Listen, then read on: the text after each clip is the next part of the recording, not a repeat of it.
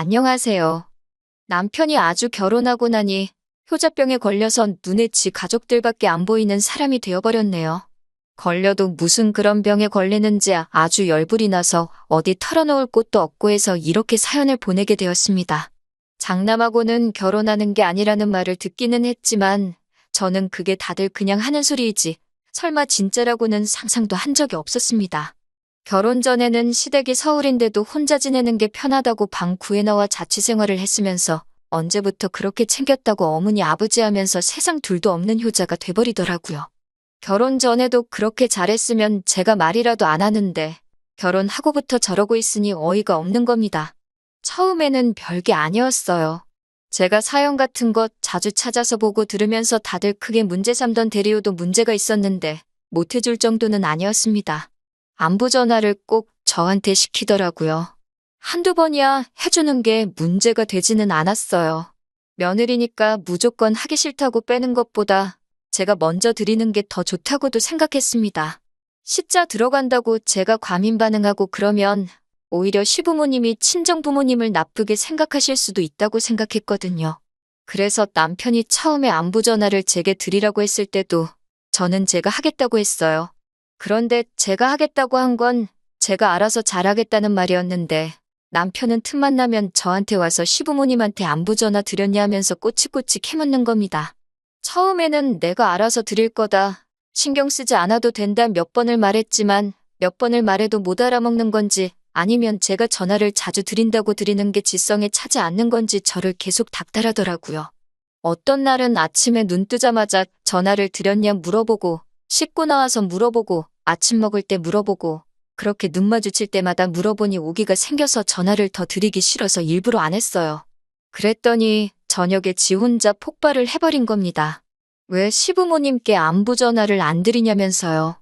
내가 알아서 한다는데 당신이 그러면 나는 더 하고 싶지가 않다고 솔직한 마음을 이야기했습니다.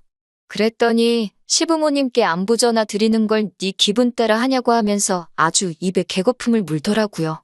듣다 보니까 짜증이 나서 너는 장인 장모님한테 따로 전화라도 한 통 드리냐고 했더니 아주 개거품 물던 게 쏙 들어가고 아무 말도 못하더군요. 안 그래도 얼마 전에 친정아버지한테 사위는 잘 지내냐고 통 연락이 없어서 그런다고 서운하다는 듯이 전화를 거셨던 적이 있었거든요. 지는 하지도 않는 걸 저한테 자꾸 하라고 하니 어이가 없어서 한마디 했습니다. 자기도 면목이 없는지 아무 말도 못하고 있다가 뭐가 짜증이 났는지 방문을 부서져라 닫아버리고 방에 들어가더라고요. 저도 참을 만큼 참은 것 같아서 방으로 따라 들어가서 지금 뭐 하는 거냐고 따졌어요. 자기가 잘한 거 하나도 없고 할 말도 없는 걸 아는지 그냥 대답도 못하고 어금니만 꽉 깨물고 있더라고요. 저도 더 길게 들어줄 것도 없고 더 말해봐야 제 입만 아픈 것 같아서 이제 시부모님한테 안부 전화 안 드린다고 했습니다. 안부 전화 드릴 거면 네가 직접 드리라고요. 나는 내 부모님한테 할 테니 너는 너네 부모님한테 하라고 했어요. 그랬더니 남편이 그건 아니지 않냐고 하면서 그제서야 말을 꺼내더군요. 뭐가 아니냐고 했더니 시부모님한테 제가 전화를 드리는 게 맞다고 하는 거예요. 어머님 아버님이 아들 목소리 듣는 게 더 좋지 며느리 목소리 듣는 게 더 좋겠냐고 하니까 저보고 생각을 해보랍니다. 여태까지 며느리가 안부 전화를 하다가 아들인 자기가 안부 전화를 드리면 시부모님이 생각하기에 아들이 마누라 이겨먹지도 못하고 잡혀 사는 줄 알지 않겠냐고 하시는 거예요. 그러면 시부모님이 아들이 잡혀 사는 것 같아서 얼마나 마음이 아프겠냐고 그러니까 부모님 기분을 위해서라도 제가 안부 전화를 드려야 한다고 하는 겁니다. 차라리 설명이라도 똑바로 했으면 드러나 주겠는데 겨우 그딴 이유로 제가 시부모님한테 전화를 드려야만 하는 거라 생각하니 더더욱 하기가 싫어지더라고요. 그까짓 게 이유였냐고 세상 무슨 일이 있어도 두 번 다시 안부 전화는 내가 먼저 드릴 일 없다고 소리를 쳤더니 그제서야 깨갱하고는 알겠다고 했습니다. 그 뒤로 정말 전화를 아예 안 드린 건 아니에요. 그래도 제가 의무적으로 시부모님께 전화를 드릴 필요가 없다고 생각하니 전화하는 제 입장에서도 마음이 한결 가볍더라고요. 뭐 그런저런 사소한 문제로 다툼이 잦기는 했지만 여태까지 효도 한번 진짜로 해본 적 없는 남편이 억지 부리는 일 말고는 큼직한 사건은 따로 없었습니다. 그러다 작년 일이었어요. 그때는 방역이 지금보다 훨씬 빡빡했잖아요. 그래서 확진자가 되면 조금 죄 지은 듯한 분위기였었고 확진된 사람 보는 걸 다들 신기하게 생각했었죠. 아무튼 저희 시어머니께서 밀접 접촉자가 되셔가지고 검사를 받았는데 양성이 나오고 말았습니다. 시댁은 난리가 났고 어머님은 격리에 들어가게 되었어요. 그런데 남편이 그날 저녁에 저한테 난데없이 회사에 휴가를 내라고 하는 겁니다. 그래서 갑자기 휴가는 웬 휴가나고 지금이 어디 놀러 나갈 분위기냐고 한마디 했더니 저보고 생각이 있냐 없냐 하면서 따지더군요. 무슨 말을 하려는가 봤더니 저보고 회사를 휴가를 내고 시댁에 가서 어머님 격리 수발을 들라고 하는 거예요. 아버님이 혼자서는 라면도 못 끓여 드시는 분이라고 어머니가 집에서 격리 중이시라 방 밖으로 못 나오시니 제가 그 집에 가서 아버님 식사도 챙겨드리고 어머님 드시게 죽 같은 것도 끓여주고 하라는 겁니다. 어머님이 빨리 완치되시려면 환경도 좋아야지 않겠냐며 청소기 같은 것도 돌릴 사람이 필요하지 않겠냐 하는 거예요. 진짜 제 옆에 몽둥이만 있었으면 들어다가 남편을 흠씬 두들겨 패줬을 거예요. 세상에 헛소리를 해도 정도가 있지. 진짜 농담이 아니고 저를 시키려고 하는 건가 싶었다니까요. 그런데 애석하게도 남편은 정말 진심이었습니다. 아버님을 굶길 수 없지 않느냐. 어머님도 좋은 거 드시고 해야지 빨리 완치되지 않겠느냐 하면서 제가 하루라도 빨리 휴가를 낼수록 두 분이 고생하는 시간이 줄어든다고 하는 겁니다. 어이가 없어서 듣고만 있으니까 자기가 엄청난 이야기를 하고 있고 제가 감히 그 말에 찍소리도 못하고 있는 거라고 생각했는지 계속 죽을 끓여드려야 한다느니 이불 빨래 같은 것도 매일 해줘야 한다니 어쩌니 하고 있더라고요. 지금 제정신으로 하는 소리냐고 했습니다. 아무리 격리 중이라도 제가 제 발로 스스로 병에 걸릴지도 모르는 곳에 들어갈 일도 없지 않냐고요. 아버님이 안 계시면 생각이라도 해봤겠지만 아버님도 계시지 않냐고. 그리고 가야 되면 당신이 가면 되니 왜 내가 휴가를 내서 가야 하냐고 따졌어요. 남편은 자기는 회사를 가서 돈을 벌어와야지 않겠느냐고 하는 겁니다. 나는 밖에 놀러 나가는 거냐 따지니 자기가 버는 돈이 더 많지 않냐고 경제적으로도 자기가 가는 게 더 이득이니 어쩔 수 없다고 하는 거예요. 나도 휴가 내려면 유급휴가를 내야 되는데 피차 유급휴가를 쓰게 되면 너나 나나 월급은 나오는 거니 상관없는 거 아니냐. 내가 거길 왜 가야 되느냐 했더니 또 그제서야 아무 말도 못하는 겁니다. 결국에는 지가 휴가를 내고 격리 수발을 들러 가더라고요. 그런데 웃기는 건 시어머니께서도 남편한테 제정신이냐고 옮을지도 모르는데 여기가 어디라고 오냐고 한마디 하셨다고 하더군요. 나라에서 격리한다고 먹을 것도 다 보내주는데 네가 걱정할 게 뭐 있냐고요. 그러고선 잔뜩 혼나가지고 돌아와서 한다는 말이 역시 자기 말대로 지가 아니라 제가 갔어야 했다는 겁니다. 어머님이 옮을까봐 집으로 돌려보낸 거 아니냐고 뭔 소리를 하는 거냐고 했더니 자기가 아들이니까 당연히 그러실 수밖에 없다는 거예요. 며느리인 제가 가면 고맙다고 말했을 거라고요. 그러면 제가 점수도 땄을 테고 여러모로 이쁨을 받았을 거 아니냐는 헛소리를 하는 겁니다. 그래서 당장 시어머니한테 전화해보라고 했어요. 며느리가 갔으면 좋아하셨겠냐고 한번 물어보라고요. 남편은 자신만만한 듯 전화 한 통 했다가 어머님한테도 아주 정신 빠진 놈이라며 기어이 한 소리를 더 듣더라고요. 며느리는 안 옮겠냐고. 안 그래도 열이 올라서 몸이 힘들어 죽겠는데 아들 자식이라고 하나 있는 게 아주 엄마 열을 올려서 어떻게 잘못되는 꼴을 보고 싶어서 그러는 거냐고 한참 잔소리를 하시더군요.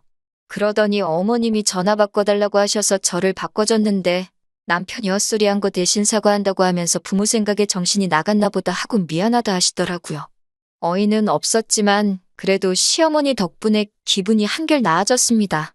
그래도 작년까지는 어이없는 사건 사고가 많기는 했지만 남편이 하는 말에 되받아치면 쩔쩔매면서 어떻게 이겨내지 못했어요. 자기가 잘못했다는 것 정도는 깨닫고 결국에는 제가 시키는 대로 하거나 포기를 하거나 했었죠.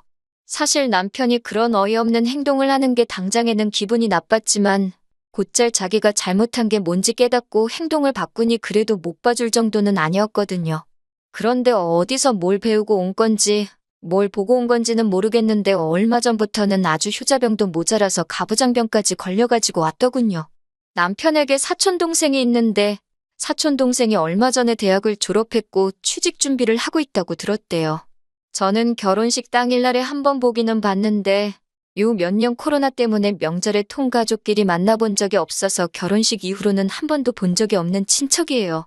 남편하고는 얼마나 가까운 사이인지는 모르겠는데 적어도 제가 알기로는 명절에 얼굴 보는 게 다고 1년에 두세 번 정도 통화하면 엄청 많이 하는 걸로 알고 있습니다. 그런데 그 사촌 동생이 취업 준비를 하고 있으니 면접 볼 때 입으라고 정장을 한 벌 해줘야겠다는 거예요. 저한테는 정말 뜬금없는 일이었죠. 남편 친동생도 아니고 사촌 동생이니 말이죠. 더군다나 지난 일이기는 하지만 작년에 제 동생 또한 석사학위 마치고 나서 취직 준비를 하기 시작했는데 처남이 취직할 때는 아무 말도 없더니 먼 친척 동생한테 정장을 사준다니 만대니 어이가 없었죠. 남편한테 친척 동생 말고 친형제 자매가 있었는데 둘 다 취직은 했지만 친척 동생 취직에 저 정도면 지 동생들 시집 장가 갈 때는 뭘 해주려고 할지 감도 안 잡히더라고요. 그리고 제 동생은 취직 금방 했어요. 관련 학위가 있으니까 요즘같이 취직하기 어렵다는 취업시장에서도 여기저기서 모셔가려고 난리가 났었거든요. 그래서 정장도 딱히 필요 없었고 지금도 사복 입고 출근하는 분위기 좋은 회사로 가서 일하고 있습니다. 정장을 안 사줘서 기분이 나쁜 게 아니라 난데없이 누군지도 잘 모르는 친척동생 정장까지 신경 써주는 남편이 어이가 없더라고요. 그래서 무슨 생각으로 정장을 사주겠다는 말을 꺼낸 거냐 물어보니 그게 장남 장손의 숙명이라면서 저보고 받아들이라고 하는 겁니다. 자기는 장손으로서 집안을 책임질 의무가 있다는 거예요. 이젠 장남 노릇도 모자라서 장손 노릇 하고 있는 것도 보고 있어야 하니 까마득해지더라고요. 보통은 제가 이렇게 다그치면 남편이 자기가 헛소리한 걸 깨닫고 꼬리를 내렸는데 이번에는 저를 꼭 이겨먹어야겠다고 생각했는지 한치도 굽히지 않고 계속 버팅기고 있더라고요. 그래서 이혼하자고 했습니다. 제가 집안에 대들보이신 줄도 몰라 뵙고 결혼했다고요. 그렇게 책임질 게 많으면 부담은 줄여줄 테니 마누라는 두고 가라고요. 그랬더니 남편은 이게 아닌데 하는 표정으로 당황을 하기 시작했어요. 그리고 그제서야 약발이 통했는지 아니 그게 아니라 하면서 고집을 꺾더라고요. 그리고 얼마 전 일이었습니다. 장례식장에서 있던 일이에요. 시어머니의 할머니, 그러니까 남편의 외증조 할머니겠네요. 98세에 돌아가셨고 어디 아프신 게 아니고 호상이셨어요. 손녀들 중에서도 시어머니를 그렇게 예뻐하셨다네요. 장례식장에서 어머님께서 엄청 슬피 우셨어요. 찾아뵌다 하는 걸 코로나 때문에 미루다가 찾아뵙지도 못했다고 죄송하다고 하시면서 울고 계셨어요. 그 심정을 제가 헤아릴 수는 없겠지만 보고 있는 제가 마음이 다 안타깝더라고요. 아무튼 그렇게 장례식을 마치고 집에 돌아가는 길이었습니다. 그런데 남편은 뭐가 그렇게 기분이 나쁜 건지 인상 팍 쓰고 어금니까지 꽉 깨물고는 아무 말도 없고 괜히 악셀을 세게 밟으면서 난폭하게 운전하더라고요. 보통 운전을 저렇게 하면 말은 안 해도 자기가 뭔가 화가 났다는 뜻이거든요. 어차피 앞차랑 간격이 가까워지면 알아서 속도 줄이고 과속카메라 있다고 하면 속도 팍 줄이는데 솔직히 하나도 무섭지는 않았습니다. 그래도 뭐가 그렇게 불만이라서 저러고 있는지 궁금하기는 하더라고요. 말도 안 되는 억지를 부릴 것이 뻔했지만 한번 물어는 봤습니다. 그런데 남편은 저보고 어떻게 사람이 그럴 수가 있냐면서 저한테 진짜 실망을 했다고 하더라고요. 제가 뭔 실수라도 했나 싶어서 음흉하게 그러지 말고 하고 싶은 말이 있으면 하라고 했어요. 그랬더니 한다고 하는 말이 글쎄 외증조 할머니 장례식장인데 어떻게 증손주 며느리인 제가 안 울 수가 있냐고 하는 거예요. 정말 웃기지도 않아서 콧방구조차 나오지가 않더라고요. 세상에 여태까지 온갖 억지를 다 들어봤어도 이런 억지는 처음이었습니다. 외증조 할머니를 잃은 건 안타까운 일이에요. 남편의 가족이고 어머님의 할머니셨으니 말이죠. 그런데 시외증조 할머님은 저희 결혼식 때는 다리가 불편하셔서 참석을 하지 못했고 그 이후에도 어머님 말씀대로 저희가 찾아뵈려고 해도 기회가 되지 않아서 찾아뵌 적 한 번도 없습니다. 제가 남편과 연애하던 시절부터 결혼하고 나서까지도 저는 시외증조 할머님을 실제로 만나뵌 적이 한 번도 없고요. 정말로 돌아가신 건 제 힘으로 어떻게 할 수 없는 일이기도 하고 슬픈 것도 이해를 하지만 제가 얼굴 한번 뵌 적 없는 시외증조 할머님을 위해 눈물을 흘려야 할 이유는 하나도 없다고 생각하거든요. 실제로 울었다면 그건 가짜 눈물이었겠지요. 그래서 남편한테 내가 그 자리에서 왜 울었어야 하느냐, 나는 실제로 만나뵌 적도 한 번 없으신 분이지 않느냐고 다시 되물었습니다. 그랬더니 남편이 우리 엄마 그 자리에서 대성통곡을 하시는 걸 못 봤냐고 하면서 며느리라고 하나 있는 건데 가족들 다 있는 자리에서 우리 엄마가 얼마나 민망했겠냐고 하는 거예요. 듣자 하니까 계속 들어줄 수가 없더라고요. 그래서 집에 도착해서 다시 2차전을 시작했습니다. 당장 증손주인 너가 울지도 않았는데 며느리인 내가 울었어야 하는 게 맞냐고 따지니 자기는 남자 아니겠냐면서 우리 증조할머니가 남자는 눈물 흘리는 거 아니라고 하셨다며 자기는 할머니를 위해서 일부러 눈물을 참은 거라고 하는 거예요. 정말 더는 남편이 하는 말을 들어줄 수가 없더라고요. 시시비비를 가리자고 아직 슬퍼하고 계실 어머님께 전화를 드리는 것도 예의가 아니라고 생각해서 2주일 동안은 기다리고 어머님 직접 찾아가서 한번 이야기해보기로 했습니다. 시어머니가 원하는 며느리상이 뭐고 정확히 시시비비 가려서 한번 짚고 넘어가자고요. 그렇게 2주라는 시간이 흘렀습니다. 남편하고는 그 2주 동안 말도 한마디 섞지 않았어요. 어머님 댁에 도착해서 단도직입적으로 물어봤습니다. 남편이 그날 제가 얼굴 한번 뵌 적 없는 분을 위해 눈물을 흘렸어야 한다던데 그런데 제가 그러지 않아서 어머님이 그 자리에서 체면을 구기셨다는데 어머님도 정말 그렇게 생각하시냐고 여쭈어 봤어요. 예전에도 병간호 문제로 한번 남편을 꼬집어 주신 적이 있으니 이번에도 당연히 그러실 거라 생각했는데 어머님도 충격적인 말을 하시더군요. 눈물 이야기를 하는 게 아니라 저보고 우리 아들 기를 너무 죽이는 거 아니냐면서 한두 번은 좀 맞춰주면 안 되냐고 하시는 겁니다. 가장이 가장다운 맛이 있어야지 여자가 그렇게 꽉 잡고 사는 것도 보기 좋은 게 아니라고요. 그것도 사실 어이가 없었습니다. 저는 남편을 꽉 잡은 적이 없어요. 오직 남편이 이상한 헛소리를 하면서 저한테 시가족을 위한 희생을 강요할 때마다 저는 너가 하지도 않는 걸 내가 왜 해야 하냐는 식으로 반박을 했던 것밖에 없었어요. 그런데 어머님이 그렇게 나오니 그 부분이 배신감도 크고 어이도 없었습니다. 아무리 팔은 안으로 굽는다지만 남편이 잘못한 부분은 확실히 한마디 해주시는 분이라 생각을 했거든요.